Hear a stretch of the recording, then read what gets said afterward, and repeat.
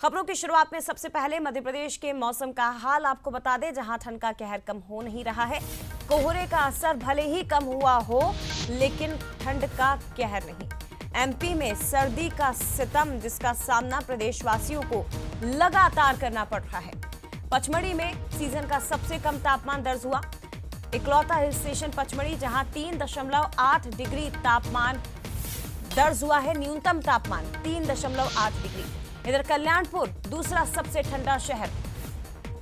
मौसम विभाग की माने तो प्रदेश में नए साल के दौरान ठंड और ज्यादा बढ़ेगी, यानी कि नए साल का जश्न कड़ाके की ठंड के साथ मनेगा। कोहरे से ट्रेन संचालन प्रभावित है। दिल्ली से भोपाल इंदौर वाली ट्रेनें, ज्यादातर ट्रेनें लेट चल रही हैं। 1 दर्जन से ज्यादा ट्रेन ऐसी हैं जो 8-8 घंटे की देरी से चल रही हैं। मालवा एक्सप्रेस, शताब्दी एक्सप्रेस और सचखंड सबसे ज्यादा प्रभावित।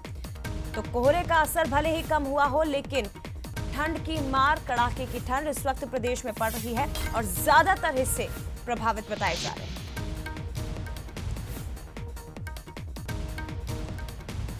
चलिए सीधे रुख करते हैं सहयोगी सूरज शर्मा से और ज्यादा जानकारी लेंगे। सूरज, अभी तो कड़ाके की ठंड, लेकिन कोहरे से फौरी तौर पर राहत मिली है। क्या कुछ कहना है मौसम विभाग का? नए साल का आगाज क्या कड़ाके की ठंड के बीच ही करना पड़ेगा?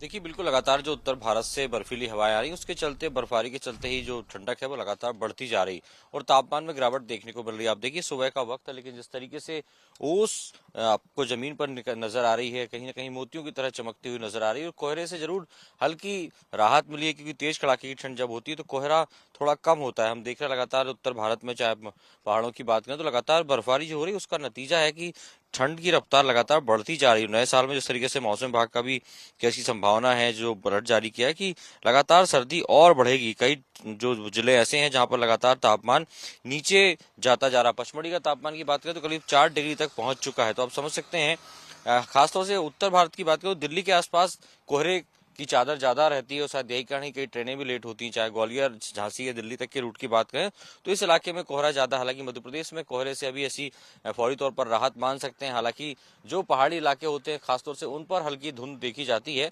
जिसके चलते कई बार दुर्घटनाएं होने की संभावना भी रहती है। लेकिन फिलहाल ठंड से अभी राहत नहीं मिलेगी। और लेकिन जिस तरीके से लोगों का रुझान है वो भी ठंड को एंजॉय करते हुए नजर आ रहे हैं, क्योंकि जो इस तरीके से उम्मीद की जा रही थी कि शुरुआत से तेज कड़ाके की ठंड पड़ेगी, लेकिन वैसा नहीं हुआ। और शायद यही कारण है कि बहुत कम पीरियड के लिए जो तेज कड़ाके की ठंड है उसका दौर देखने को मिल रहा है, जो कहीं कहीं लोगों के लिए रोमांचक है। लोग घूमने निकल रहे हैं और हम देख रहे हैं शायद आज से कई जो अलग अलग चाहे संस्थाओं की बात करें, सरकारी छुट्टियों की बात करें, तो छुट्टियों का सीजन भी रहता है क्रिसमस से न्यू ईयर तक।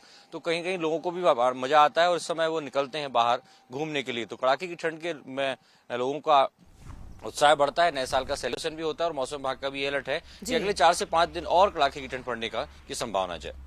शुक्रिया आपका सूरज। फिलहाल तमाम जानकारी हम तक पहुंचाने के लिए। कुल मिलाकर प्रदेशवासियों को तैयार रहना होगा कड़ाके की ठंड के लिए। आगे